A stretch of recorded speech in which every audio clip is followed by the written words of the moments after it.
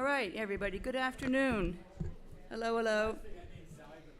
And thank you all for coming out today to this, which we think is the first in what will be a series of events and workshops and meetings and conversations across the town, talking about today's topic, about understanding and managing our climate change impacts and risks. My name's Janet Williams. I'm a member of the Chatham Climate Action Network. And on behalf of the network, we want to thank the town of Chatham for sponsoring and help organize this event and provide speakers, and to Woods Hole Group for also helping to organize and providing the science side of things. So we're deeply indebted to both of those entities. We know that climate change is going to touch, it's already touching all aspects of municipal life, businesses, institutions, individuals, all across the area. Today, we're going to start looking, doing a deeper dive into some of the significant coastal risks, because Chatham is particularly vulnerable in this area, and it seemed like a good place to start. Further events over the next 6 to 8 months will look at other kinds of impacts and risks, such as inland flooding, drought, fire, human health impacts, and of course, taking a good look at energy usage and renewable energy, the thing that drives all of this in the very first place. So there'll be lots more coming, and stay tuned for more events to come to. So today, we're going to share current science on climate impacts and the risks that come from them, so that we all understand what these risks are, so that together as a community, we can manage those risks. We want the community to understand what the town has been doing for some time, is continuing to do, to address those risks and reduce them and manage them, and to open an opportunity for the entire community to participate in this process of identifying what the most significant risks are going forward and what kind of actions and strategies the town can develop and implement to manage those risks. This is something that affects every one of us, so we want everybody involved. Couple of housekeeping items. In the back table on the right, there are graphs that show the preliminary results of the resilience survey that went out last May. It's actually still open. We've reopened it. So there are QR codes on the wall for both that survey and the Part 2 survey on energy. That one, and we don't yet have the results of it, still ongoing, but we will share all of that. There's a large spreadsheet in the back that is, lists all the actions, most. It has to be updated. I think I didn't do that yet quite. The town has done since about 2020 in terms of projects, strategies, initiatives that address climate change impacts in one way or another. So it's a very impressive list to show you right there what has been going on. And so the reason we've asked everybody to sign in today is that from that list, we'll be sharing the graphs that show the survey results. We'll share the town list of actions, and the speakers have all graciously agreed that we will be able to share their slides. So we'll be sending all of that out to everybody if you put your email list on there. So today, we're really lucky to be able to bring together a panel of scientists and practitioners with deep experience in studying climate change threats to our area and our coast, and applying that science to develop effective adaptation and resilience strategies. I don't know how to do this. How do you advance? Enter? No. Keypad, enter. Haha. There we go. So, to talk about these topics today, we're really pleased to welcome Chris Gloninger, the Senior Client Scientist from Woods Hole Group, Joe Family, the Climate and Sustainability Team Leader at Woods Hole Group, Greg Berman, the Town of Chatham's Natural Resources Director, and Catherine Ricks, the Town of Chatham Coastal Resilience Director. They'll be addressing, again, the same basic structure we've talked about. What are the impacts? What risks are derived from those impacts? And what does Chatham as a community do about those impacts? We will, each panelist will do a brief presentation, and then we will open it to questions from you all. So I will start with, that didn't work. Oh, because that's, all right. Bringing up first is Chris Gloninger. So Chris's fascination with weather began when Hurricane Bob struck his hometown of Sag Harbor, New York. Yeah, here too, you know. And went on to become a member of the American Meteorological Society as a board-certified broadcast meteorologist and a certified consulting meteorologist. During his 18 years in television, Chris worked in New York, Michigan, Wisconsin, Massachusetts, NBC 10 Boston, and Iowa, covering hurricanes, tornadoes, blizzards, nor'easters, you name it. He created the nation's first weekly TV series based on climate change, a project that earned him multiple Emmys and other industry awards. In 2022, Chris transitioned from broadcasting to climate resilience consulting. He now serves as a senior scientist in climate and risk communication at Woods Hole Group in Bourne, where he helps communities prepare for the challenges of a warming world. We are happy to have him, and welcome, Chris.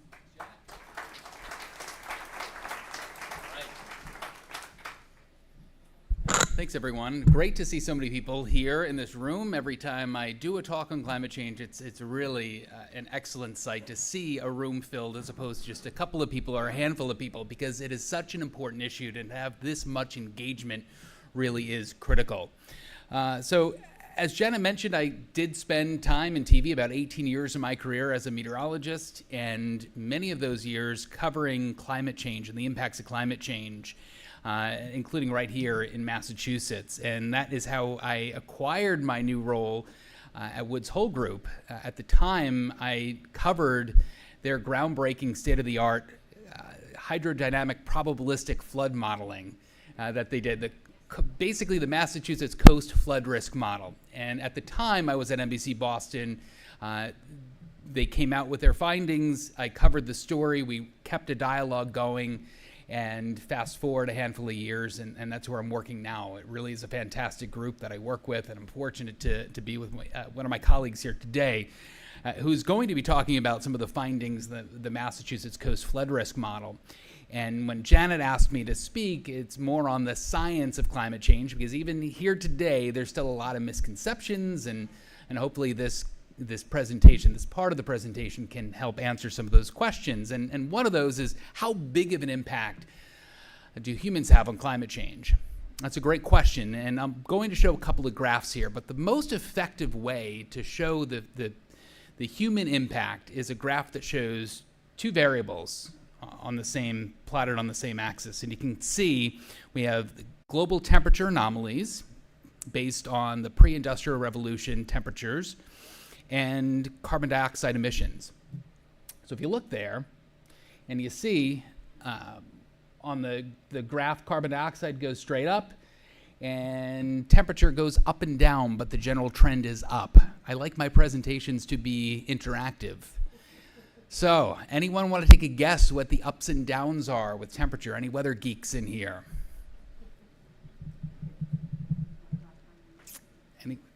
Even if it's a wrong guess, what? Any guesses? So I'll go back to my TV meteorology days, and so these ups and downs. Seasons. Okay, well, seasons play part of a role. You know what? Actually, I'm going to use the Q&A mic. Get back to my roots. All right. My wife will say it's my ADD that I can't sit still and stand in front of a podium, but here is what I'm talking about. So these ups and downs that last perhaps a year or a handful of years. One more guess. Anyone? Okay. Yes, El Nino, La Nina. So what is happening in the Pacific Ocean is critical to what happens with global temperatures and global average temperatures. So El Nino and La Nina can explain the ups and downs that we see from year to year, even decade to decade. Some stronger events can last 10 years. But if you look at the general trend, it's going up. And if you look at the right half of this graph, you can tell it's not just linear. It's not going up at the same pace. It is accelerating, and that is what is concerning to us scientists. So how do we know, and this we hear a lot of times, thermometers are a relatively new invention, right? How do we know what conditions were like 500 years ago, 1,000 years ago, how about 100,000 years ago? And That proxy data is developed through tree rings. They can tell you more than just the age of a tree. They can help tell you what atmospheric chemicals were present in those years. Same thing with ice cores. Same thing with ocean sediment. And one of the world's leading ice scientists, Dr. Majewski, is right at the University of Maine in Orono, and I had the opportunity to talk with him and look at his ice cores. I was going to say hike with him, but he can still hike up Mount Everest, and he's in his mid-70s. Much better shape than I'm in, even in his 70s. But ocean sediment is another key data set that we look at, and that's about 5 million years worth of data. So knowing how much CO2 was in the Earth's atmosphere at a certain point of time using today's data, we're able to understand what conditions were like back then. So for example, as we have our ice ages, and you look at the knowledge we've had through this data, hundreds of thousands of years of data, we would know that we're in the Holocene interglacial. We're in between glacial periods, and the temperatures right now should be cooling, but they're not. They stopped right when you saw that first graph in the Industrial Revolution, when CO2 emissions began to increase significantly. So we're kind of bucking that trend, and we've been warming ever since. And this graph kind of shows that. So on the left, I'll let this play out, the temperatures compared to that pre-industrial average. As this timeline goes, notice how these lines, these circles, go farther and farther away from the center. But I also want to show you the hundreds of thousands of years of data that we have through ice cores and ocean sediment that show that CO2 levels have gone up and down over time. But if you look at the right-hand side of that graph, the rate of increase is almost vertical. And again, that is that human element. That is the part we are playing in climate change. And then if you look at this, that last final frame, how far away from that center, how far away we are from average. 2024, thanks to a little bit of natural variability, being an El Nino year, our temperature for the first time was above 1.5 degrees Celsius from that previous pre-industrial average, which is concerning. 2025 will go back down a little bit as the oceans cool, but that is the concerning trend that we're looking at. And there's another great visual of that. This looks specifically at summers,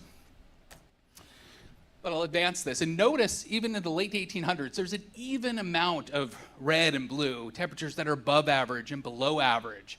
But watch as the timeline progresses. You will notice there's more and more and more yellow, orange, and red. And I want to ask this room if you can have any guesses or any hypotheses as to why this is about to happen as we're getting to 2022, 2023. It's alarming, right? And a lot of climate skeptics will say, there's still blue in this map. Well, yes, there is still blue in this map, I get it. But where are the places of blue? Here, here, some ocean variability, but also up towards Greenland. Does anyone take a guess as to why there's cooler than average temperatures in those locations? Losing the ice caps, yes. Glacial ice melt, right? So that's not the sea ice, right, that goes up and down and fluctuates year to year. That doesn't lead to rising sea level. It's glacial melt. So land glaciers that are losing mass, and that mass ends up in the water. And that's what's causing those below average temperatures, is literal ice melt affecting the temperatures. So the other thing I often see is, well, it's cyclical, you know, it's gonna be okay. And hopefully it is gonna be okay. But if you look at the average temperatures, this is what a stable climate would look like. You have some years that end up being above average or slightly below average. But that's not the case. We've had 536 consecutive months where the Earth's global average temperature is above average, which is shocking. And that's why I point to this when people push back and say, well, there isn't a consensus. There really is. In fact, atmospheric and climate scientists have more data that shows humans are causing climate change than medical doctors have that smoking causes cancer. which if you internalize that, that's a pretty wild stat. And there is a 99.9% consensus of peer-reviewed research that shows that human influence over time. I will not get into politics, but we could probably add to this list. These are some of the common misconceptions. So natural variability was that first thing that I showed you, right? The ups and downs, but even though the gradual trend was going up. El Nino, La Nina. So we know it's not that, right? So atmospheric and climate scientists looked at volcanic activity. And that means there are little tiny particles that are suspended in air. But instead of warming us, those particles actually reflect the sun's energy back out into space, having a cooling effect. And there's actually research being done looking at spreading those aerosols or those tiny particles into the Earth's atmosphere to artificially cool us off. Which, if you think about that technology and who has the ability to do that, there are major political implications, right? And who has the ability to do that? Who should be doing that? So if we look at volcanic activity, it would have the opposite effect, and scientists are looking at how we can kind of mirror that or copy that. Solar variability. Those solar cycles, we're in a particularly active one, a lot of us seeing the northern lights in recent years. That is because we're in this solar period that lasts about 11 years. But 536 consecutive months of warming or above average temperatures goes beyond that 11 years. And then finally, the Milankovitch cycles, those are your ice ages. That has to do with the Earth's orbit and tilt. What I didn't include here are space lasers and weather modification, which is wild to me that there is that misunderstanding that, our weather is turning more extreme, and some people are willing to point fingers at other reasons, but literally the one that scientists have proven is the fact that it's carbon emissions going up, being the big driver. So how big of an impact are we having on climate, and how can you make those connections? That's where attribution science comes in. If you look at an air mass that is set up, for example, and you take out the carbon dioxide of the equation that we've seen or increased over recent years, what does that weather look like, right? That really hot summer that we had without carbon emissions, how hot would it have been back then? We're able to do that in the science, and we're able to make and run those models to see how big of a role climate change played in a particular event. Used to be a week to 2 weeks of having to look through the data, but now this attribution can occur in anywhere from 24 to 72 hours, especially with temperature. So if you look at this scale, it's called the Climate Shift Index, largely temperature focused. A 5-degree reading is statistically impossible without climate change, right? And then on the flip side, it's -5. That's how less likely with a change in climate as we continue to warm, a cool air mass would be. And if you notice in this snapshot, a lot of those anomalies, warm anomalies, are in the northern part of Canada, which is extremely concerning as we see those changes in the polar region happening a lot faster than in other parts of the world. So when do you engage with people about the science, about climate change? And really, the Yale program on climate change communication found that nearly 89% of the people out there are willing to at least have a conversation. The ones who aren't are that 11% that are dismissive, that no matter what you say, how you say it, how many times you say it, they're not going to listen. But it's encouraging that that many people are willing and able to listen and talk about the science. And where we can make those connections, you can see with extreme cold and extreme heat, it's extremely likely that climate is playing an impact on that. For example, in the city of Phoenix, in the last decade, 100% of all temperature records set were record high temperatures. If the climate was stable, it would be a 50-50 split. So we know that there's a lot more heat and a lot less cold. Heat waves are longer. They're more intense. So that is what we're seeing, and those are connections that we can make. These two, a lot of people say, well, how can you have more droughts and more precipitation at the same time? And that's a great question, But if you think about what we've seen recently, like up in the Merrimack Valley not too long ago where we had incredible flash floods, that was right on the heels of a massive drought. So even if you get the average amount of precipitation you would typically see over the course of the year, if it falls in a couple of days and it's not spread out over 365 days, that's when you can get flooding. And when you have that weather whiplash between hot and cold, wet and dry, those are some of the changes that we're seeing locally, especially. With tropical cyclones, there's research that shows that we're seeing rapid intensification happening more regularly, and not just rapid intensification, but we are seeing many magnitudes of intensification really ramping up. So Category 1 hurricanes turning into Category 5 overnight. That is something that we haven't seen before in recorded history. And then on the lower side of where we can make these connections is with convective storms. And that was difficult for me in the Midwest because there was a lot of skepticism and I needed to find a new way to communicate about the challenges of climate change in that part of the country, because there isn't really a lot of evidence that shows we're seeing more tornadoes or more thunderstorms in general. So that is an example of where the attribution science currently is and how we can kind of make those connect the dot moments. Joe's going to go a lot more into this detail, but we do live in a particularly vulnerable place. And if you look at 5 feet of elevation just above sea level, that's a lot of people, a lot of roads, and a lot of landmass that is vulnerable throughout our county. And one of the things that hopefully these meetings can stimulate is the conversations about changing. And I won't name the municipality, but I will share this story. Before moving back out to the Midwest, to Iowa, I covered one last nor'easter. And it was pretty powerful, and I was friends with the fire chief in that community.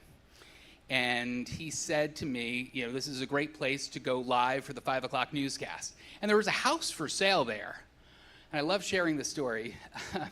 Something inside me said, why don't you take a screen grab of the listing? It was right on the ocean's edge.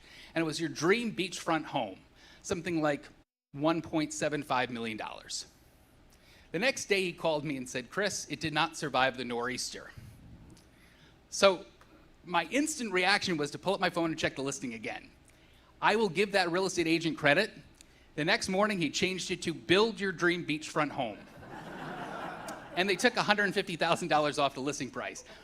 Since moving back from Iowa, they have rebuilt on that parcel of land, and the property is now worth $2.5 million. So these are the conversations that we need to be having, right? Where we build, how we build. You can't build back in the same footprint that got you into the problem to begin with, right? But there are a lot of ways that affects the community that you live in, right? As he said, that's a tax revenue from that property that pays our firefighters, our teachers, right? That keeps the lights on, that keeps our public schools funded. So it's not an easy conversation to have, but it's important when you look at the vulnerabilities and how we adapt going forward in the future. Because across Massachusetts, there's a lot to be concerned about. There are a lot of people that are affected or could potentially be. And I use 5 feet because Hurricane Sandy, if that storm was a little bit farther north, we would have seen those impacts that we had across parts of New York City. That was about a 5-foot storm surge in New York City. And that's a lot of property value that's potentially impacted by that kind of storm surge. So our winters are warming the quickest, and as this series of talks continues with Janet and the team at the Climate Action Network, this is how you can kind of visualize how you have other impacts, right? With vector-borne diseases, more ticks, more mosquitoes, right? With warming winters, we don't have the climate where ticks can die off. Ticks thrive now in our climate. And they're reaching new territories and sticking around much longer into the season. And unfortunately, it's our warming oceans that play one of the biggest roles. They're the lungs of our planet. And they're warming, and their warmth is sustained, which is concerning, as it traps carbon pollution. And our warming isn't, or our rising sea level isn't directly connected to one thing. It's made up of two sources, two reasons why. So you have the melting glaciers, but you also have something as part of the science that's known as thermal expansion. And that thermal expansion is literally a physics law that as you warm it up, it expands. And in 2024, when our oceans hit record high water temperatures, 2/3 of the rising sea level that we saw in 2024 was because of that thermal expansion. So that is why we have to really worry about the fever that our ocean is running. So finally, if you have a skeptic in your life, I've found this way, and this worked in Iowa, to talk about fiscal responsibility, right? We are seeing a $1 billion disaster in this country, even though we're not keeping track of it anymore. We're still seeing them. We're seeing one every 2.5 weeks. So if you allow a community to build back in the same footprint, the same way, not taking climate change into account, that is fiscally irresponsible. For every $1 that we spend on mitigation and adaptation projects that we're doing here in Chatham, you get a $7 return plus as a return on investment, which is quite remarkable. Energy independence is big too, right? Out in Iowa, we went to a house that was in Metro West in Boston that was a fraction of the size to one that was double the size, and our utility bill was a fraction of the cost because they generate their own energy. True energy independence, right? When you're not relying on foreign sources. We were literally harvesting in our backyard. And it's cost competitive now when it comes to other forms of energy. And this kind of last graphic reinforces that it's important to find creative ways, right? This isn't a political issue at all. It's science, right? Who would think that you would be talking about smoking not causing cancer this day and age, right? That it's not bad for you. Well, the same thing. We have to find ways to cross the aisle, to have meaningful conversations that isn't talking down at people, that isn't preaching, that can just get us to where we need to be. And knowing that climate mitigation adaptation is critical if we want to have a sustainable planet moving forward. So with that, I am going to turn things over. I don't know if Janet's going to read the introduction. Okay. So with that, I will hand it back over to Janet. Thank you, everyone.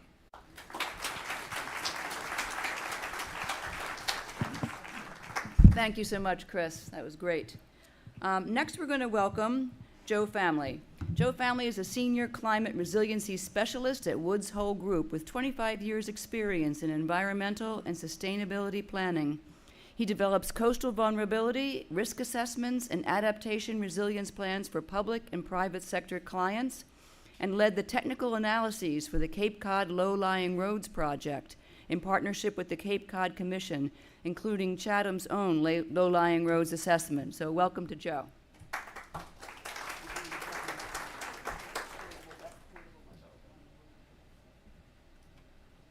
I think I'll stay at the podium. Is this going to work without interfering with that? Well, should I? Thanks. Sorry. It's nice to be here with you all today. It's been great working with Chris over the past few years, although I will say I don't have an Emmy, so he's a hard act to follow. Yeah, thanks. Thanks for that vote of confidence, Greg. So what I am here today to do is to share with you some of our work that we do with communities on flood risk and adaptation and resilience. And we've done work across the state in coastal communities. We've done some work here in Chatham, as Janet was mentioning, with the Low-Lying Roads Project. So I'll kind of give a brief overview of some of what we've done and some examples of how that work can be carried forward. So in Massachusetts, we are very lucky to have a state and agencies that take this issue very seriously. There are climate projections available for heat, precipitation, sea level rise, and coastal storm surge levels. So we start here. We're going to talk mostly about coastal vulnerability today. EEA, the Office of Energy and Environmental Affairs, has put out basically downscaled global climate models to release for all the available tide gauges in the region sea level rise projections. Now, there's a variety of scenarios, I'm not going to go into the details, that are based on different contributions from greenhouse gas emissions, different levels of global emissions, and different contributions. As Chris was noting, there's a lot of uncertainty in what the future may hold from ice sheet melt. And understandably, if you're talking about statewide initiatives to plan for major infrastructure projects, you don't want to get things wrong in the wrong direction, so they have taken a conservative approach. what that means is we're using this, generally, we're using this high scenario. And when you kind of dig down into the probabilities, it's kind of an as soon as. So we would expect no more than a foot and a half, 1.4 feet of sea level rise from a 2008 baseline as soon as 2030. No more than 2.7 feet as soon as 2050, et cetera. So just acknowledge that there's some uncertainty in predicting the future. But as Chris noted, the trends are going up, and they're likely to start getting exponential as the ocean responds. As sea level rise increases, before we get into storms, we're just going to talk about tides, sea level rise, and how it affects basically the usability of our built environment, and in this case, our habitat. So using those sea level rise scenarios, CZM has put out a tool that projects coastal habitat over time. And as you see in these slides, as you walk through, you look at the baseline condition, you see in Chatham there's a mix of low marsh, high marsh, and some tidal flats and dunes. As you get higher and higher tidal ranges, as the tidal range moves up the coast, those habitats are getting squeezed out. So in the near term, there might be some expansion of salt marsh, but over time that gets kind of drowned out, and when you hit the steep slopes that we have on the Cape, we end up losing salt marsh. Okay, now let's get into storms. So the other part of these tools that the state has developed considers the combination of sea level rise and coastal storms. And those can be, as we know, the storms that affect us here on the Cape can be either, and they're both, tropical, so hurricanes, or extratropical nor'easters. Just a brief note, Greg can talk about this in a lot more detail and may later on, but as you have higher water levels from daily tides and higher storm surge events and bigger waves, the coast is likely to experience more erosion. And there's tools available from the state, again, to document past erosion and their trends. And there's some research out there on what the future holds. But I'm going to, again, focus more on coastal flooding. So this is a map that you might see if you go on the web and search for a sea level rise viewer. It's a bathtub model. It's basically taking a projected water level and the underlying elevation of the land and just filling up everything that's below it, and everything else is dry. That's good for planning purposes. It's a start. But it doesn't account for all of the processes that you see out here in Pleasant Bay, winds, waves, tides, et cetera, that have a very different effect on the coastline rather than just what is the water level. FEMA is another tool that people use, the flood insurance rate maps. That in some regions they use a hydrodynamic model. In Region 1, we use this transect analysis. So you see some of these dotted lines that are going across different parts of the coast. What happens in between is basically taking the signal between the water levels that are projected between those two transects and sort of like estimating based on, again, a bathtub analysis in between. It's one type of storm. It's a historic, backward-looking at a 100-year storm. So it is a little bit limited. And then finally, there's these sea level slosh model, which is basically a worst case scenario for hurricanes. Again, static water levels doesn't really, big coarse modeling domain and doesn't bring in the wave factor. So given all this, we helped the state develop a tool that kind of solves for some of those problems and deficiencies. So we developed a coastal flood risk model called the Massachusetts Coast Flood Risk Model that accounts for all those dynamic processes and does it in a probabilistic way. So an example of the difference is on this map here, where you see a water level of about storm surge elevation 12 feet and AVD 88. This is a map that you would draw if you were using a bathtub approach. But again, we know that water doesn't act statically. It doesn't just rise up and down in a quiescent fashion. So in this case, this is that same storm, that same signal, but it's a nor'easter. So you see water kind of getting drawn away from the north and piling up on the south shore of Boston. Higher water levels down there, lower water levels down there. On average, it's probably a 12, but it's very differential. So this flood risk model brings into bear the sea level rise scenarios, future storms, not just backward looking again, and all the other processes like currents, winds, waves, and the tides. And what we export from that model is a probabilistic and hydrodynamic assessment. So it's the annual chance of flooding in any given calendar year. We can also develop flood depth based on those projected water levels, and then back out for design purposes information about flood volume, wind, wave, and current forces to better design infrastructure.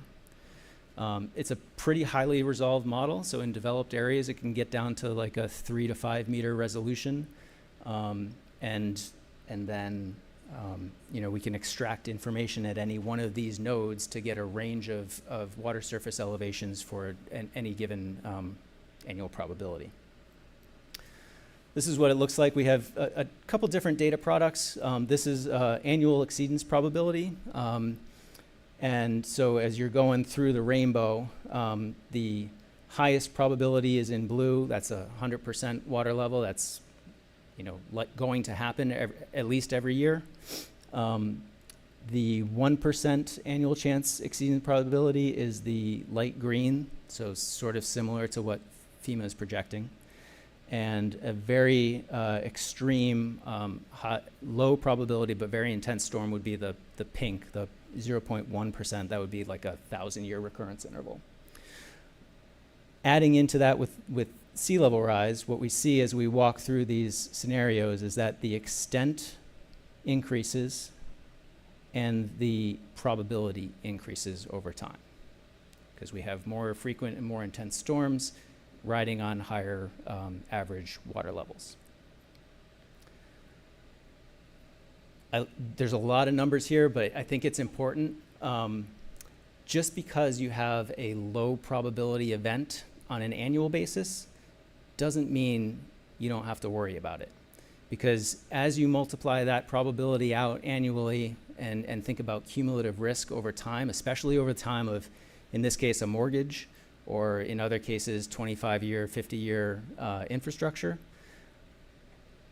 those probabilities get a lot higher that at least once that home, that sewer pump station, whatever, will be exposed to flooding. So for example, a 10-year annual chance water level has a 96% chance of happening at least once over a 30-year period.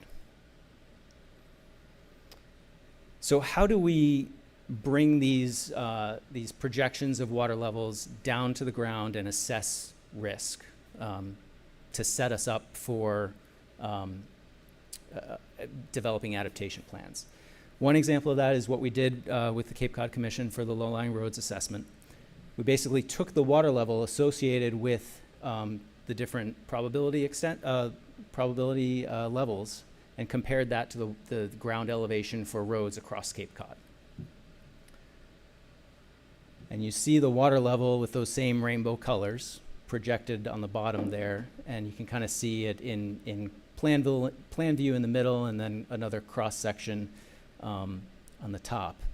And this will be similar to the way I stepped through the other 2030, 2050, and 2070 graphs, where you see those water levels and the extent go up over time.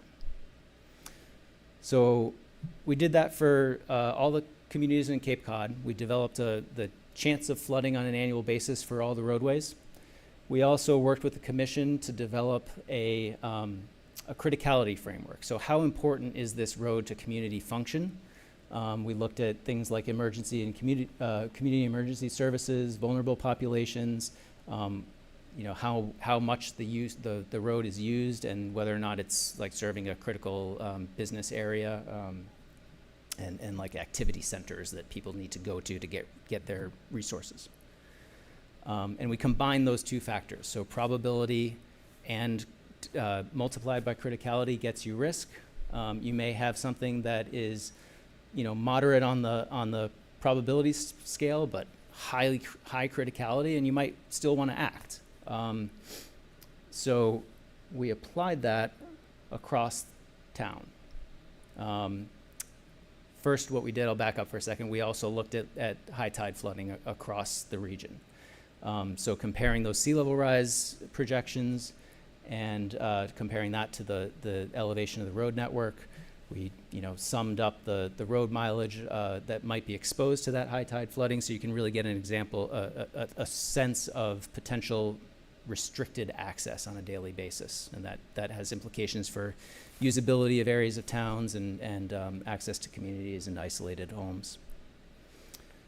So here's an example of that probability assessment. So you've got a graph over there and a table that shows you the road miles over time that are impacted by those different water surface elevations. And as you can imagine, the extent of impact extends over time, and we have more road miles exposed as you get higher in the storms. So like lower probabilities, more intense storms.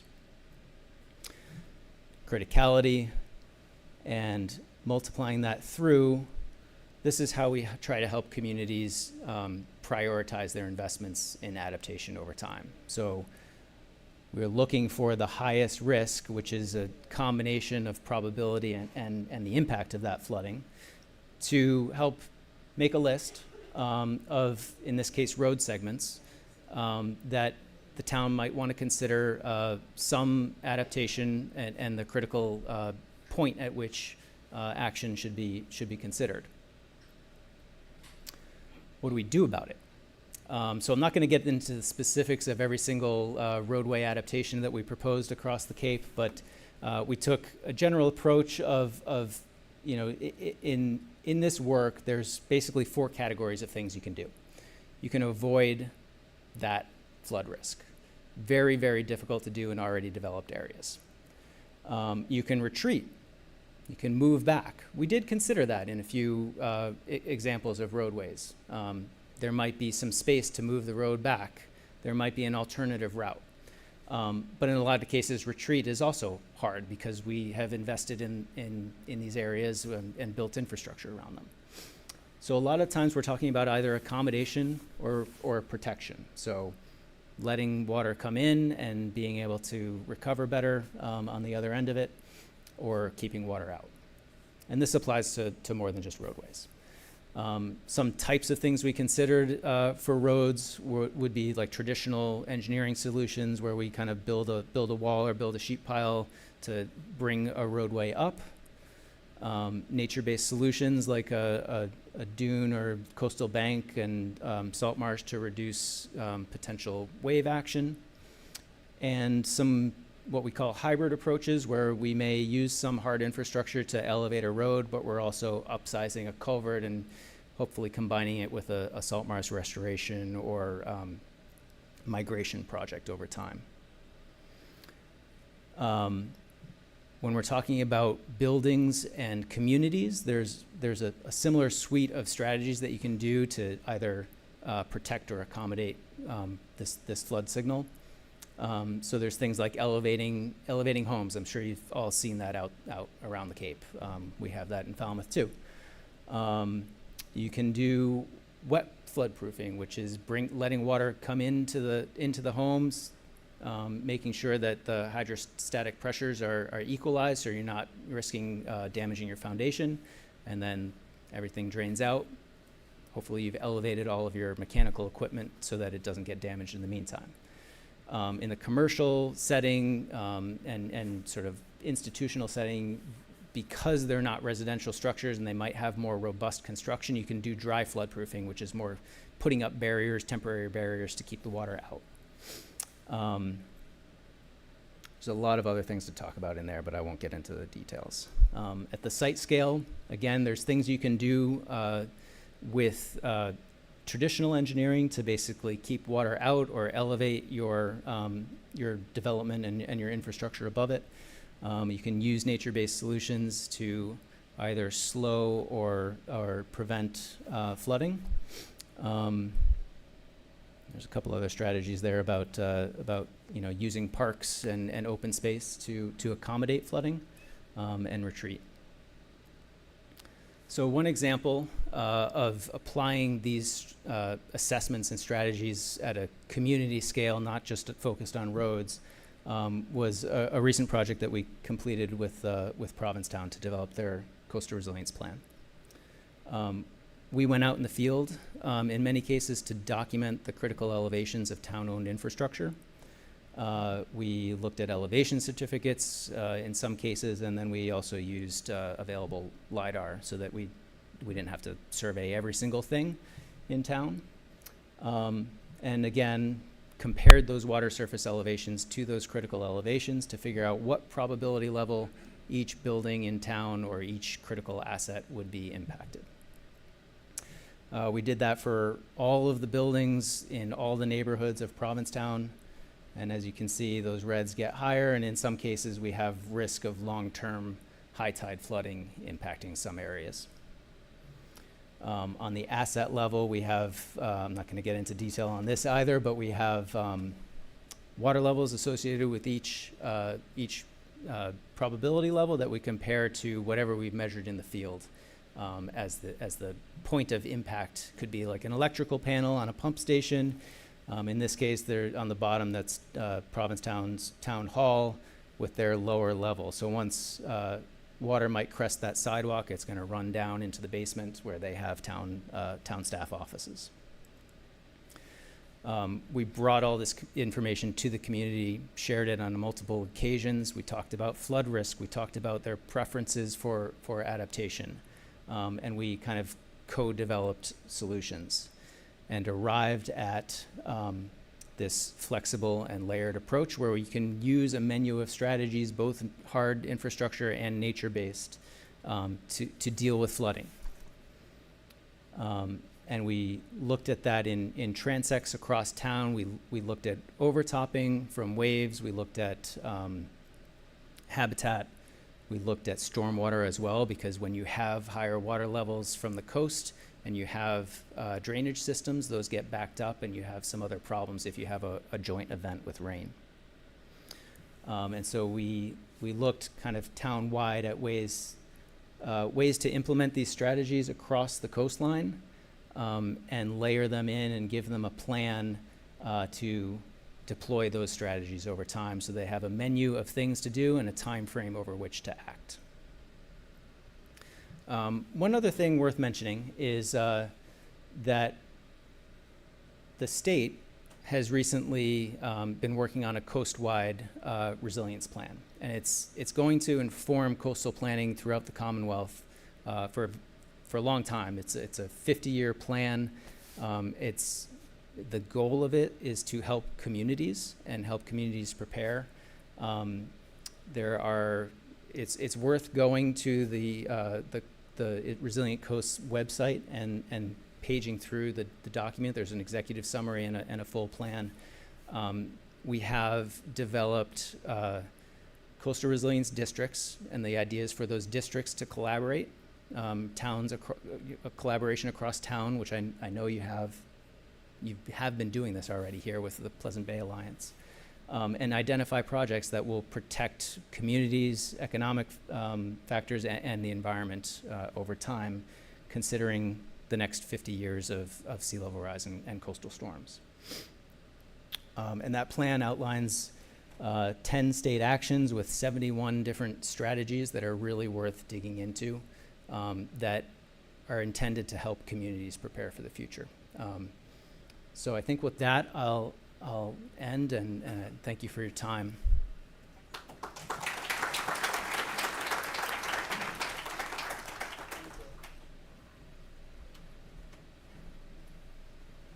Thank you, Joe. Thank you. That was great. So we told you we were going to bring you the science, bring you the latest data, and thank you guys for doing that. So now we're going to pivot and talk about what all this means to us here in Chatham and what the town has been doing and can continue to do going forward. So we'll start next with Greg Berman. He's our Town Director of Natural Resources. He comes to us with a diverse background, having held roles such as hydrologist, environmental scientist, professional geologist, and coastal processes specialist. For the past 15 years, he has focused on fortifying coastal community resilience on Cape Cod by providing direct technical assistance and extension educational programs on topics including shoreline change, erosion control alternatives, coastal hazards, hazard mitigation analyses, sea level rise, storm surge, dune restoration techniques, and other coastal management issues. Boy, are we glad to have you here in Chatham, Greg. Greg Berman, everybody.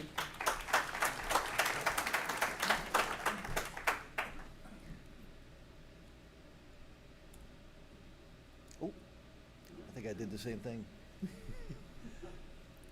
Catherine.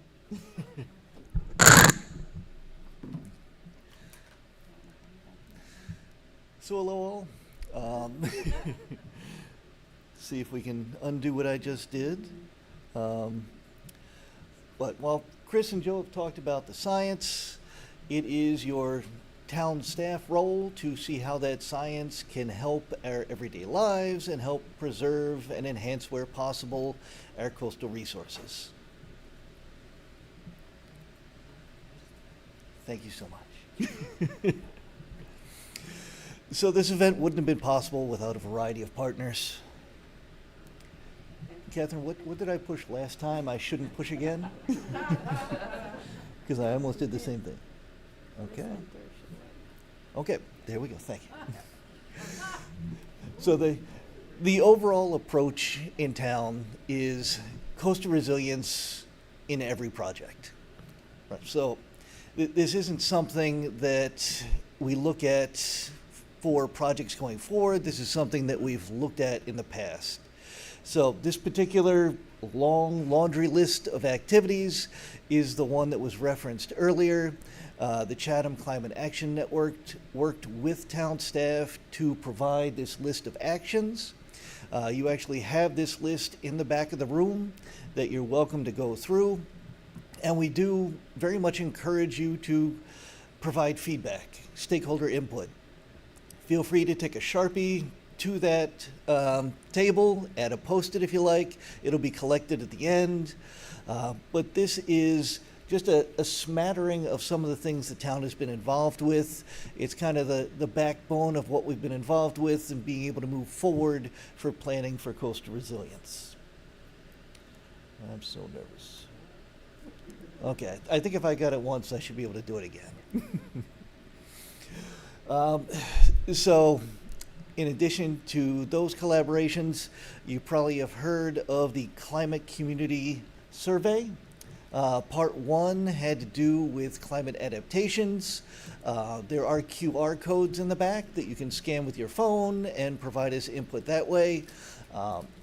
Working with the Energy and Climate Action Committee, some of which are in the room this evening. This was a survey we put out to kind of bring out two different aspects of how we're dealing with climate change. The first one is adaptation. This is relatively short-term and actions the town can take on by itself in order to preserve our shoreline, our coastal properties, our way of life. And then the mitigation aspect. That's when we look at carbon emissions, energy, those sort of aspects. So that's kind of the thrust of that second survey. We also have collaborated with the Pleasant Bay Alliance, which was referenced earlier. So there is the Climate Adaptation Action Plan. You know, we are one of the 4 towns in that. This is a plan that will hopefully be used as a template for other actions and plans in the region. And the state plan is kind of the large project that we plan to downscale for our community. So this is a way to kind of get at that action. Some of the actions in the Pleasant Bay Plan, we put forward a application for an MVP grant. It was not funded this round, but that was to look at some of the low-lying roads in town. Just because the state doesn't fund it doesn't mean that we're not moving forward with various projects. We very recently used capital funds that was approved at town meeting to move forward with the tie gate analysis and low-lying road over at the Morris Island Road heading out there. So that is being looked at as we speak. We have a contract in place. And then in addition to that, we're looking at the other grant opportunities. It's taking a while to hear back from some of the state opportunities, and the federal opportunities have kind of dried up a bit. But believe me, your town is applying for everything that might be able to defer some of the costs of adaptation in town. The climate has been changing. That's obvious. We've seen that from the earlier presenters. Chatham is an incredibly dynamic area, one of the most dynamic areas, certainly in the state. That's one of the things that drew me to this town. It's one of the things that gives it the natural beauty, how quickly the sand moves along the shoreline. And that is one of the elephants in the room for how flooding and erosion happens along our particular coastline, how this barrier beach on the outside of our eastern shoreline is affecting the interior. This is just a quick look from the 30s to now, how that barrier beach has changed.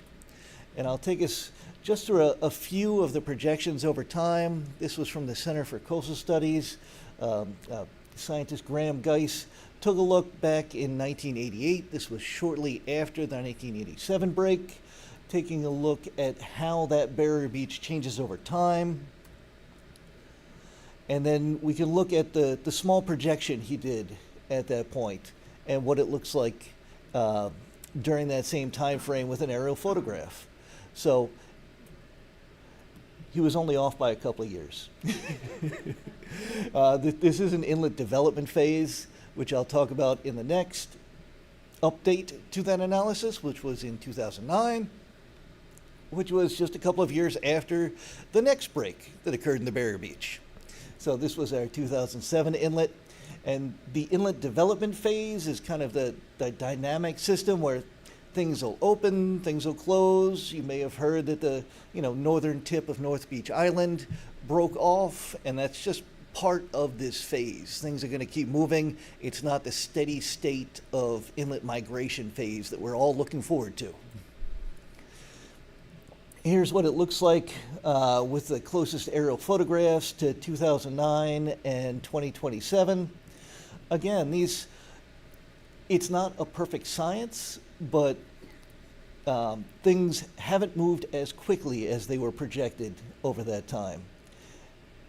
And more recently, here's our 2017 look that the Pleasant Bay Alliance worked with Center for Coastal Studies again.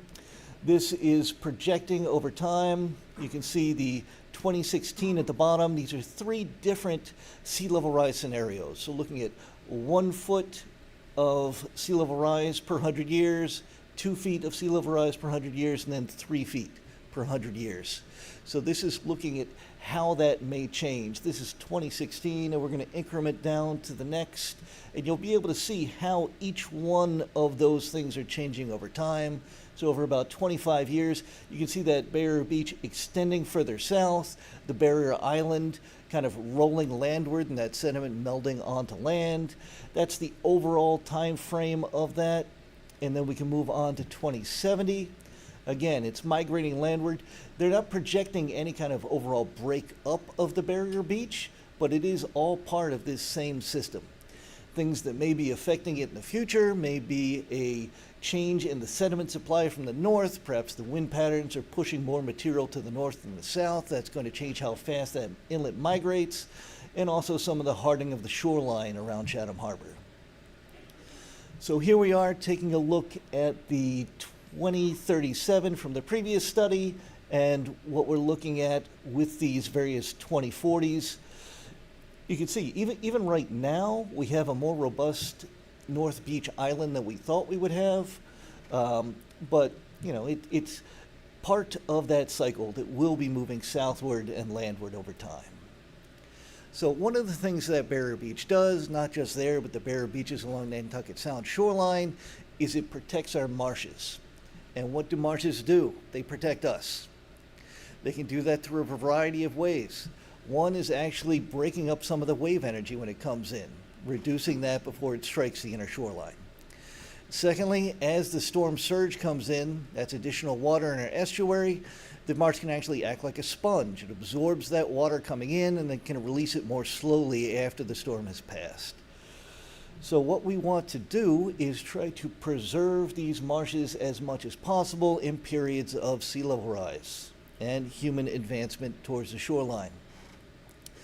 One of the projects that the town has been involved with, really at the instigation of the Energy and Climate Action Committee and funded by your Community Preservation Act funds, is a look at the salt marshes around town. This is the 4 salt marshes along the Nantucket Sound shoreline that this project is just wrapping up now. We will have these gee-whiz maps up on our site relatively soon, where you can take a look at what the marsh suitability is in any given portion of that area in various sea level rise scenarios. And then a look at how that might change through time. You know, really this was a great baseline, a collection of baseline. They used a lot of very impressive geophysical techniques.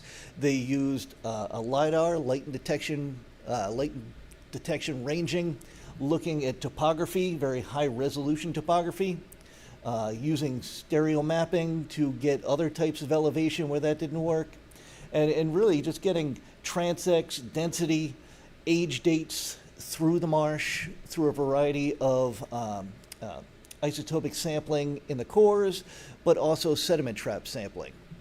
So the cores were sampling, you know, hundreds and thousands of years, whereas the sediment traps were collecting just over a period of months to a year of the study itself. So we're trying to get a feel for how quickly the sediment is accumulating that the marsh can grow up and whether that may or may not keep pace with sea level rise over time.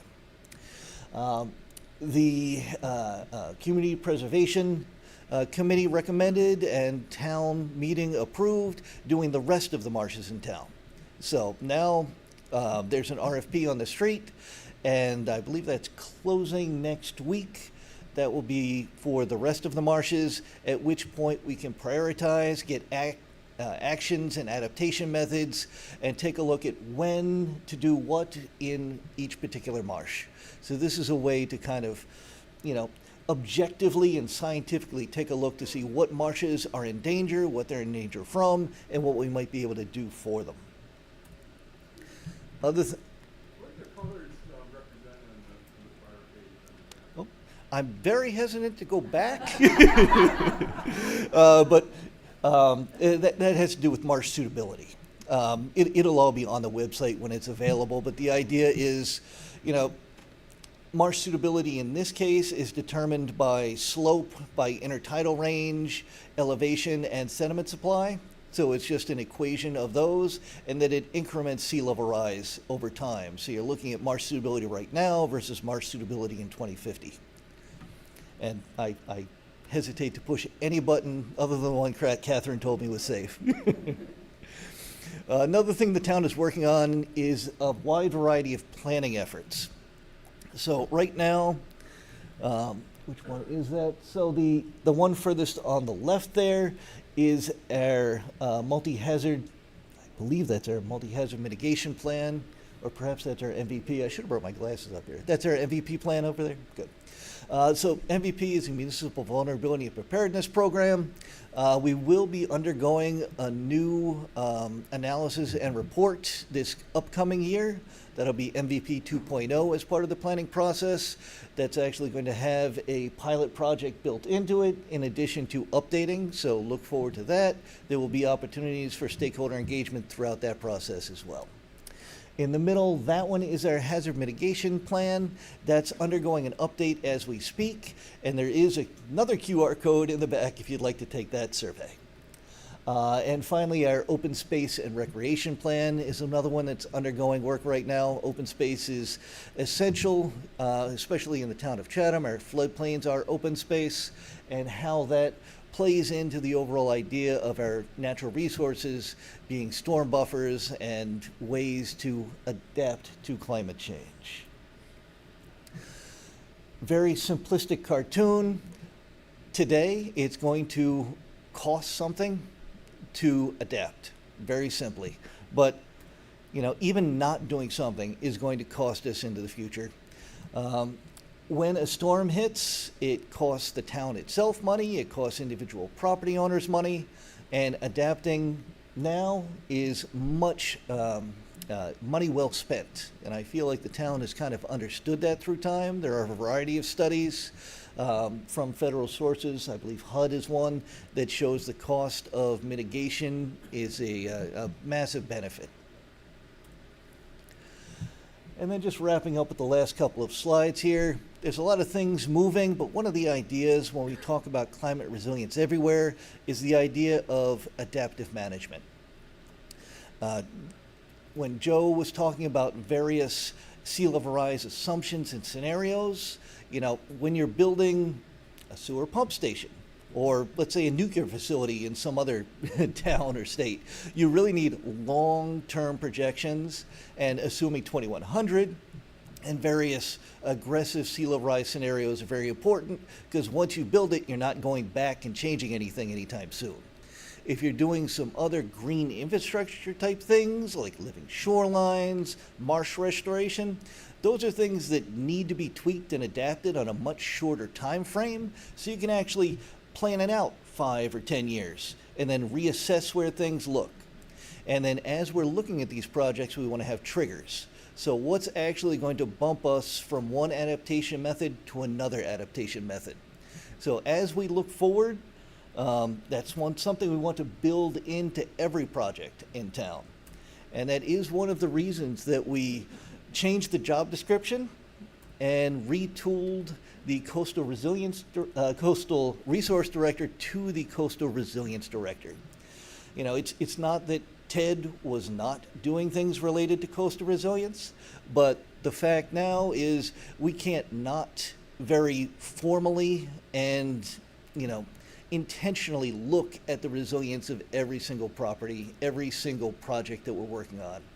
So moving forward, you know, every coastal infrastructure project, even marsh restorations, things like that, they're all going to have a specific document that looks at sea level rise, that looks at storm impacts.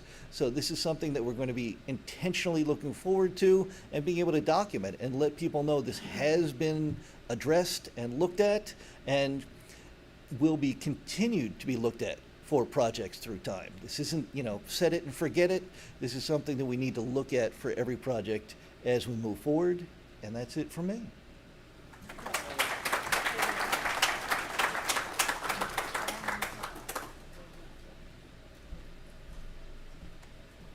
Thank you so much, Greg. It makes me proud to be part of Chatham, to see how Chatham is using the data and using the science to inform its decision-making processes. It's great. So speaking of Coastal Resilience Director, that brings us to our last speaker today. Catherine Ricks is our new Director of Coastal Resilience. She brings a deep and diverse background in coastal engineering and environmental permitting, with prior roles as a project engineer, project manager, permit specialist, and assistant conservation agent. Her career spans municipal, state, private, and corporate sectors in Massachusetts, Louisiana, and Florida, equipping her with a broad understanding of the regulatory frameworks and different project scales. Catherine's extensive experience informs her approach to coastal resilience, balancing environmental stewardship with practical infrastructure solutions. So, welcome to Catherine.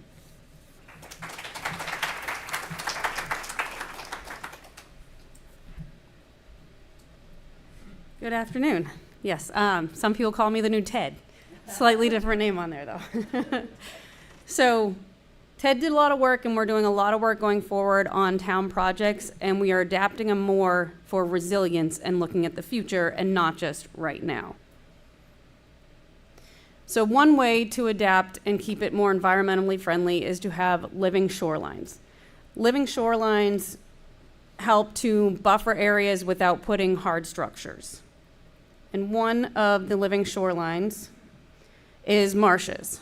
And marshes can grow on their own through trapping sediment and increasing.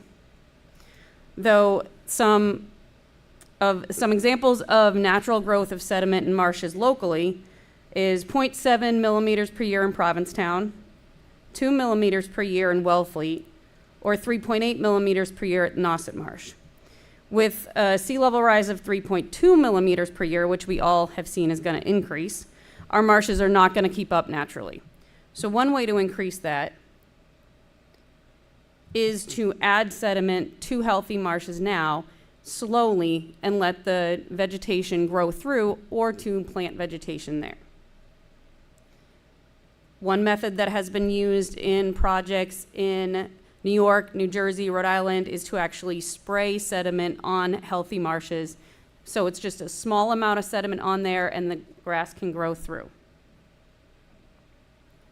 And locally at Wacoit Bay Reserve, they have actually done some test studies on this and had boxes put out in certain areas with different thicknesses of sediment added in to see if the vegetation would grow through. And you can see after 2 years, the vegetation has grown through. So now it's a higher elevation marsh and can move with the sea level rise. So since Janet did mention it, I did work in Louisiana, and one of my first projects when I was actually living in Florida, working for an engineering firm, was to oversee a project on the Barataria Bay in Louisiana. This shows where it is. So this project, this is a before in 2006. This project was done in August through December 2006, I believe. I actually lived out there on and off for a few months because we switched, and the monitors switched places, and lived on a barge in that little channel behind that area. And you can see where they formed berms, and then that back lighter colored area is actually the marsh that they put in there. Over time, this area has actually held up to that. Additional projects were done. And you can see, in 2025, almost 20 years later, that marsh is still there along with additional projects. So this is something that has been happening before, reestablishing marshes by actually putting sediment in there. So, living shorelines, marshes, we try to keep with that in the green infrastructure.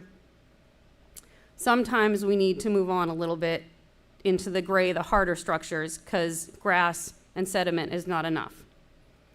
So, the next step is working with sills and working with shellfish to create still living shorelines, but a little more protection against erosion. So the living shoreline concept, you have different areas, stabilization options. I'm not going to go into all of them, but there are different ways to do instead of just a full hard structure or coastal engineering structure.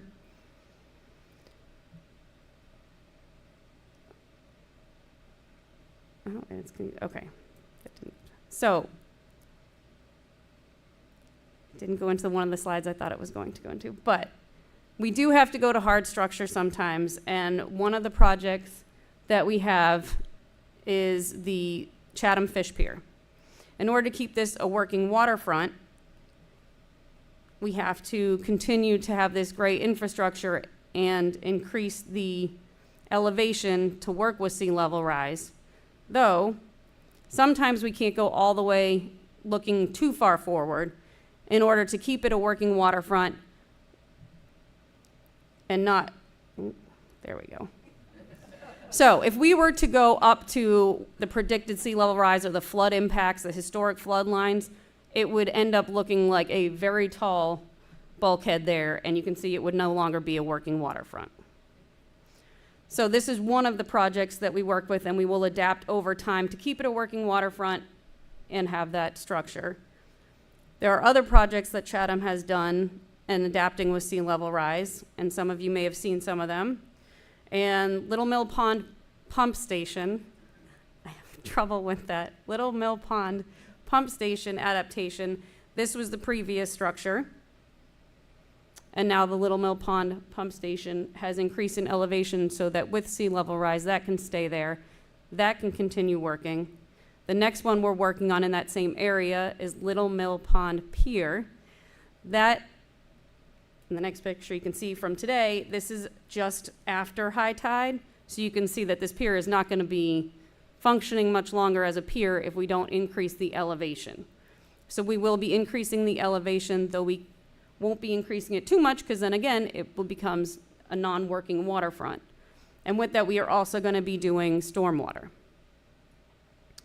This is another picture showing a flood event or a high water event this summer, and you can see how high that water gets up to the pier. So for all the projects that we are doing and trying to adapt to sea level rise and climate impacts, there's a lot of money that has to go into these projects. So as a town, we do apply to a lot of grants. When grants come up, we try to see how we can use them. So we have applied to the MVP grant, the Food Securities Infrastructure Grant, the Coastal Zone Management Grant, the Seaport Economic Council, the EOED Dredge Grants, the Port Security Grant, and the SNEP Grant just this year. Those are the ones just this year, not even including previous years. Still waiting to hear on a lot of those to see if we'll end up getting them. But as the years go on, you can see on the left of this side, the funding has gone down, like their funds for us have gone down, and the more people are applying for the grants. So there's more need for the grants. So it is harder to get some of these grants. And then going into wetland regulations is part of getting everything permitted and part of being able to adapt the shoreline and being able to protect it. And our current wetland regulations are somewhat based on historic high water lines and flood models that were more based on historic events. And looking into the future, we are hoping to look at future events and basing regulations more on protecting against what we see in the future and not what happened in the past. So, there you go. Yep. I was gonna do that.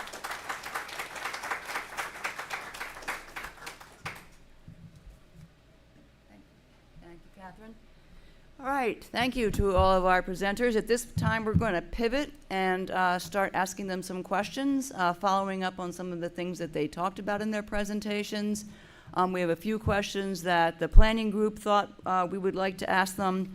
We'll start with those and then turn it over to all of you to ask your questions. So I'm going to let the four presenters come up and take a seat at the table.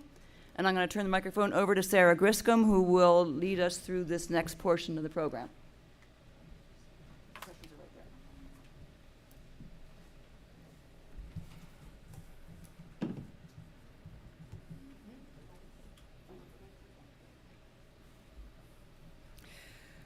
So a lot to think about.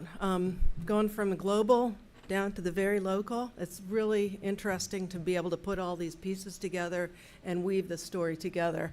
And I'm delighted that you guys are here today. Let me start off by asking about tipping points. Scientists have been expressing concern or alarm over them. What are tipping points? Can you give us some examples? And how do they change the projection of climate impacts into the future? Chris, Okay. since you're the global guy. So there are a lot of potential tipping points, and as Joe mentioned in his presentation, what those future projections take into account and what they don't, including some of our biggest ice sheets in Antarctica. Those are a lot of the wild cards that may take those projections and throw them right out the window. So there are still a lot of unknowns. Another is global ocean circulations. Those are tipping points, especially not necessarily here, but across parts of Europe. The Atlantic Meridional Ocean Current, the AMOC, you've probably heard and seen in the news that it is projected to slow. In some cases, some models show it stopping altogether, and that is something that climate models didn't even show. a decade ago or 2 decades ago, and now that's within the realm of possibilities. And thinking of our oceans more than just the lungs of our planet, but they drive weather, and they drive the survivability of the climates that we live in. So that is another tipping point. So those are two kind of different sides of the spectrum, from glacial melt and some of the larger ice sheets that may contribute to rising sea level, and then the failure of sustaining our ocean currents, which again deals with the survivability of a region's climate conditions. For example, in parts of Ireland and the UK, it may not be a habitable climate anymore. And they have a big agriculture part of their economy, which could fall apart even if the AMOC doesn't just stop if it actually slows down. So those are some of the impacts and some of the tipping points that I think are important that we need to look out for, and that other climate scientists are looking at actively to see how close we are to reaching those points. That's great. Thank you very much.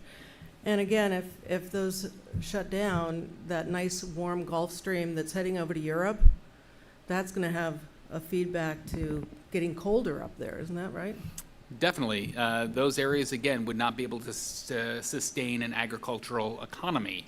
It would be a polar region in areas of Ireland and the UK, which is, again, a truly remarkable shift.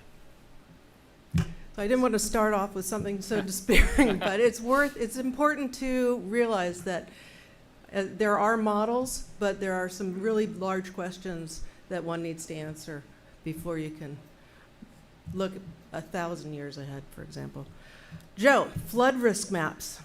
They look like an incredibly important tool in fashioning solutions to our coastal flood risk. How detailed do they get, these flood maps? And how can our municipalities use them to protect against coastal flooding? How do you actually use them? Sure. Remind us. Yeah, so the flood risk maps, like the elevation grid that we built into that model, it gets down to a resolution, I think I said 3 to 5 meters in developed environments. It gets a little coarser in natural areas and certainly out in the ocean. What we do with that information is basically extract the water levels and compare to, I think I had a couple graphics comparing them to those critical elevations, what you're worried about, whether it's a road surface or an electrical panel of a pump station or first floor of a home or business. That gives you the risk assessment. How we build in the future, we can draw information from that flood risk model and other sources. So right now, there's an updated building code for Massachusetts, and it directs you for any new construction or substantial improvement to build to a base flood elevation based on your FEMA flood map. Now, as I was saying, those are hindcasts. That's looking at past conditions and just the 1% water level. Massachusetts has recently mandated that new construction should have a 3-foot freeboard in almost all areas, so that they're kind of building in that extra freeboard to account for future conditions. We can dial that a little bit more specifically using a range of different scenarios, a range of different probability levels, and keying that into the needs of a particular asset. There are tools from the state. The Resilient Mass Action Team has developed climate resilience design standards and guidelines, where you can go in, and this is primarily keyed at state level projects and to some extent town infrastructure. Answer some questions about the project, and it'll give you a recommended water level to plan for and design for. And then we can also key that in a little bit further with some of our modeling. One thing to note is that there is an RFP out there at the state level to develop even more specific guidelines. And I think what I've heard, it's sort of a playbook and manual for towns to use. So if you have a certain type of infrastructure, how should it be designed for future conditions? So it sounds like you can get down to a very detailed location, which is very impressive. Greg, thinking about coastal flood risks, it raises the opposite consideration, which is coastal resilience. So we're hearing this term a lot these days, this coastal resilience. What does the term really mean, resilience? I mean, we use that in our regular speech, but to you, can you define that to us? And yeah, what steps are the town taking to build that resilience? I think you've talked about some, but can you just highlight and pique our memory? Sure. I should look at your job description. Yeah, right. But coastal resilience is defined, am I on? Just Thank you. Taller than the last one, I guess. Coastal resilience is typically defined as the ability to bounce back after an event. So whether it's a storm or whether it's, rising seas, erosion, how much impact does it have on a particular property or population? So what we want to do is increase our resilience. We're not going to stop the storm from coming. Chatham is doing its part, for mitigation aspects. I mean, there's a lot of renewable resources, less fossil fuels being used, and that is doing our fair share for the mitigation for the planet. But we're not going to stop the events, just the town of Chatham. So they're coming. We need to make ourselves as resilient as possible, so when after the storm hits, we're still have viable communities and the shortest period during which, our lives will be disrupted. So that for me, I think that's what resilience is just trying to shorten that downtime after an event. Thank you, that's great. And lastly, Catherine, before we hand it over to the audience, coastal floodplains. What's its role in buffering the impacts of coastal floods? You covered that a little bit, but what happens when there are hard structures? So you've got a big storm coming, you've got a hard structure in the flood area. What steps could be taken to address the risk of having these hard structures? What could be changed? And some areas we do need the hard structures, like I showed Chatham Fish Pier. In order to keep it a working waterfront, it needs to have the hard structure there. And other areas, if there's areas that we find where we don't need the hard structure there, it'd be great to come up with the mixed solution between the green and gray and have more of a living shoreline that can take the impact from a storm and allow some of the floodwaters to be there and dissipate. Flood areas are of great concern because you definitely want to have some protection there, less development there, less of the hard structures in that area, so that there's less destruction in the storms. That's great. Also, as far as I know, if you have a hard structure against a dune, you're stopping any kind of sand replenishing the area too. So you impact the whole shoreline by putting hard structures in. Yes, hard structures can prevent the sand from migrating or the marshes from migrating, and you want to keep as few of them as possible and have that balance between the green and the gray. That's great. Okay, I've asked my questions. Anybody out there? We have a microphone over here.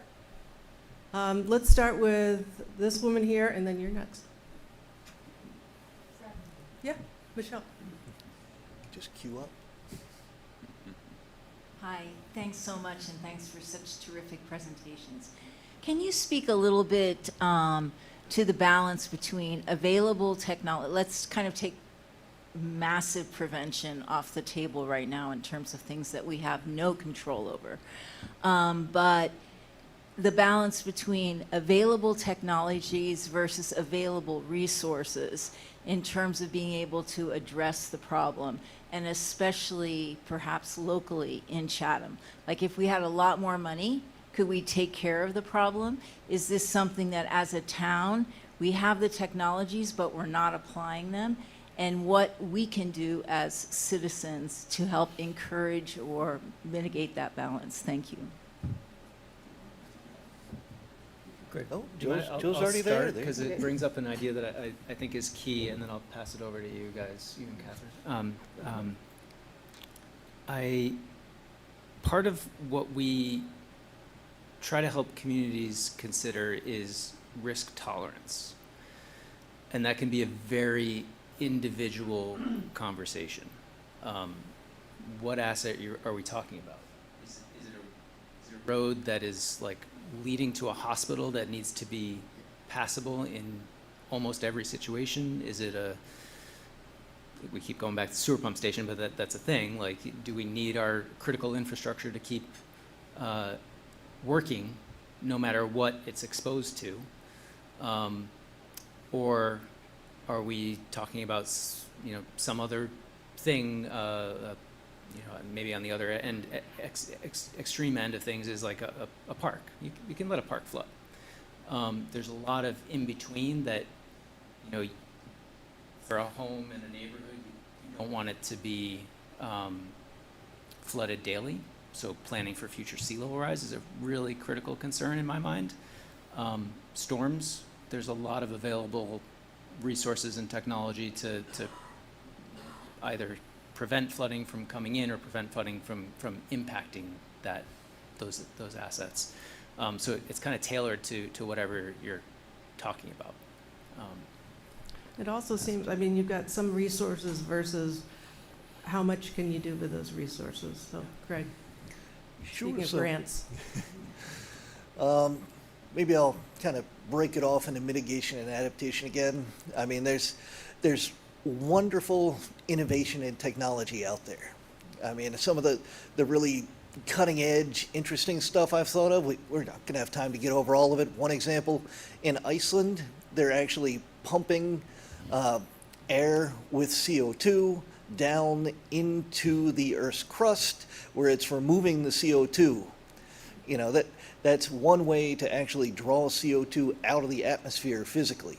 It only makes sense in that location because they have a wildly renewable geothermal source. You don't want to do that same process with fossil fuels. It's counterproductive. But that's just one example of, how new minds are trying to broaden the way to fix the problem.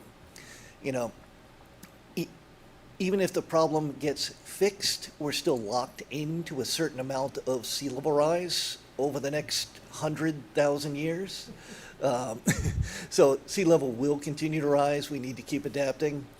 There's places that are, pumping a lot of sand, and that takes money, and that takes a certain amount of regulatory flexibility.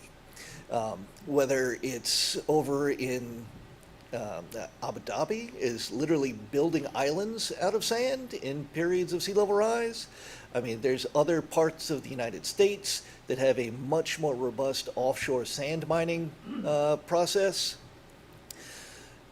And through that, they're able to keep up with sea level rise in a way that doesn't necessarily impact some of the other resource areas quite as much. If you put sand on a beach, it's usually better for the resources than putting a seawall on a beach because it's making up that supply. Whether that's economically feasible up until a certain point in the future is another question. It's going to get more expensive. Sand has already gotten more expensive. One of the benefits and one of the projects that, Catherine is working on too, maybe I'll actually pass it over here, but, we do have a fortuitous, in some cases, expensive need to dredge our navigation channels, and we're looking at using that. Yeah, so right now we are working on renewing our townwide dredge permits. It is taking a very long time, and that comes to the regulatory state, federal levels.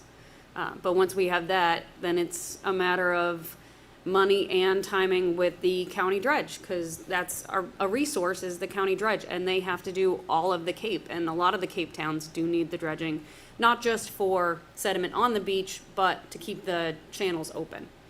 So that is one of the methods we are using. Another innovative method that we are using is one project at Jackknife Beach is a shellfish bags along the shoreline. So there'll be living shellfish, and then the existing marsh, and then an upper marsh that's cobble reinforced. But it's a living shoreline that'll be put along Muddy Creek. And then it's a matter of funding in order to get it constructed, but that is permitted and fully designed. So there are innovative methods that we are trying to use, but funding is difficult. And then working with regulatory is another difficult aspect of it. So there's here and there, but the innovativeness is there.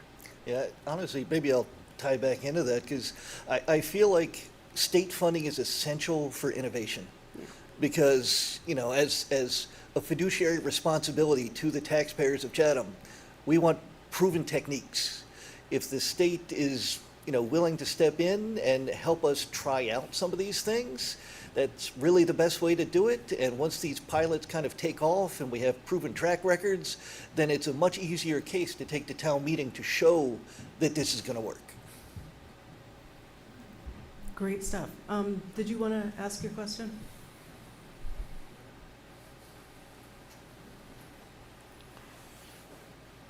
Hi, thank you for this.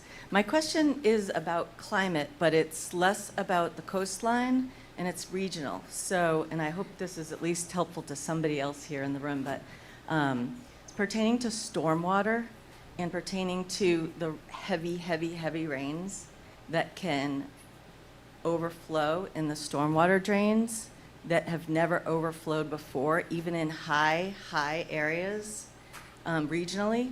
And so my comment is, I know of at least one family that's almost been bankrupted by their street overflowing into their home twice in 5 years. Both times they repaired, did the mold remediation. Horrific. It's a young family with 2 working parents, and now their home is basically in the same situation. And it's because of a road system that was built in the 70s, and then development happened. And I have a feeling that it happens all over the place, and I also have a feeling that these families don't know who to turn to. The family turned to insurance. Insurance said, nope, it was groundwater, even though they're 60 feet to be able to, you know, do a well if they were going to do a well. And they were told by the town, sorry, we can't control the rain. There's nothing we can do. So then they have legal fees. So I have a feeling this is going to happen more and more and more. And so we talk a lot about coastal resilience, but I don't think for these individual homeowners that it's happening to, that they even have a clue, and it could happen to any of us. And I know in that situation it was not Chatham, and I know Chatham would do better, so let me just say that. And so for the future, how are the DPWs and the coastal resilience folks deciding about where to spend the funds? So thank you. Do you want me to? I Go can. ahead, start off. So we've developed actually a couple of test pilot models looking at pluvial, fluvial flooding, so flash flooding, urban flooding, and it's looking at the layout of the stormwater system for one, right? And our cities and our communities were built on the idea, the premise, Joe used the term hindcasting, but that also works for public works projects, looking at what historical values were for heavy rainfall. And we know that that is a moving target now. Floods that happened a handful of years ago. So there's a law in physics as well that says for every 1 degree Celsius of warming that we see across the planet, it holds 7% more moisture. So that's the moving target I was talking about. Those heavy rain events, that stat manifests itself in these heavier rain events that our stormwater systems can't control. So when Joe mentioned the hydrodynamic probabilistic flood modeling, which allows us to prioritize projects, the same will be the case with what we're doing with stormwater, looking at the watershed, looking at surveying the stormwater systems to see where those bottlenecks are, where we could maybe increase the size of the culverts, the drainage to allow for more water to move through. It's complicated, it's not easy, but the same idea is you can prioritize those projects so you don't see those repeat flood events and those repetitive losses. I don't know if Joe wants to build on that at all, but a couple of neat, Salem's one of those communities, and I think Fitchburg that we're working with on that kind of modeling. Yeah. I mean, on a planning and design level, There's projections available that you can kind of work through and design systems and kind of the regulatory environment and tools are coming online to help plan for those higher rainfall events. There's projections and then you can design around them. What we're finding, especially in the coastal environment where you have, drainage issues when high tides or coastal storms are pushing up, but this applies everywhere in the upland environment as well, is the need for more storage. And then when that can't suffice, more like pumping to another place. There's another component that's like, as you noted, like maintaining the systems, cleaning out catch basins, and towns are trying to get back on top of that. I know that's an issue where I live in Falmouth. But yeah, there are tools and information available to start designing that. It's just a matter of like getting it into the built environment. I don't know if anyone from town wants to add anything. Any other comments? Maybe a quick one before we. One of the things that really. Go ahead. One of the things that intrigues me about your question is, we talk about the 100-year storm. The 100-year storm in a coastal ocean setting really is that 1% chance in any given year. When we move inland and start talking about stormwater and just rain events, it's based on the intensity and frequency of those events. Pretty much all of our stormwater infrastructure was based on rain data from many, many decades ago. I'm trying to remember the exact year, but it has just been updated, or there is a new number to be used. But anytime anything gets looked at now, we need to use these new numbers, so we're not looking back many decades and building things that are already out of date. Thank you. Anybody else? One more question?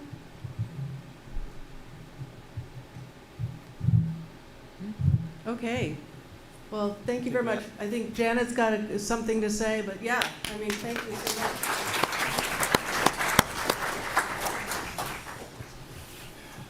All right, thank you. I want to thank our four presenters, obviously, for taking time out of their, very busy schedules to come and help us today, to give us this important information. I want to thank the town of Chatham and Woods Hole Group for allowing them to take some time out of their official duties. So this has all been really useful information. We thought it was important to begin this town-wide conversation that's going to take place over the next 6 to 8 months and then continue for the next couple of years as we continue to ask the question of what do we do next? What's the next important risk we have to address? How do we do that? What are our resource needs to be able to do that, and where do we get those? These are all questions that affect the entire community, and so we want to have everybody to have an opportunity to be involved in these. So we will be continuing to have these kinds of conversations and workshops and presentations. As we get closer to the spring season and the town meeting season, people always ask, what can I do personally? Well, there's all kinds of things you can do to reduce your greenhouse gas emissions, lower your carbon footprint, and get involved as you are doing tonight. But these projects are going to require town meeting approval to fund them. And a lot of these regulatory changes and changes to bylaws that haven't been updated in over 20 years and need to be updated based on these new flood risk models and mappings that we would like to use to be able to make better decisions about how to protect them, they're going to need town meeting approval as well. So one really important thing that every single one of us can do is to show up at town meeting, to support these projects, to get your friends and your family to show up and speak out and support these projects in person and say something so that these things all get approved, and together as a community we can move forward. So we are going to be doing that and just keep doing it. So thank you all so much for coming, and thanks to everybody. It's been very good. Thanks.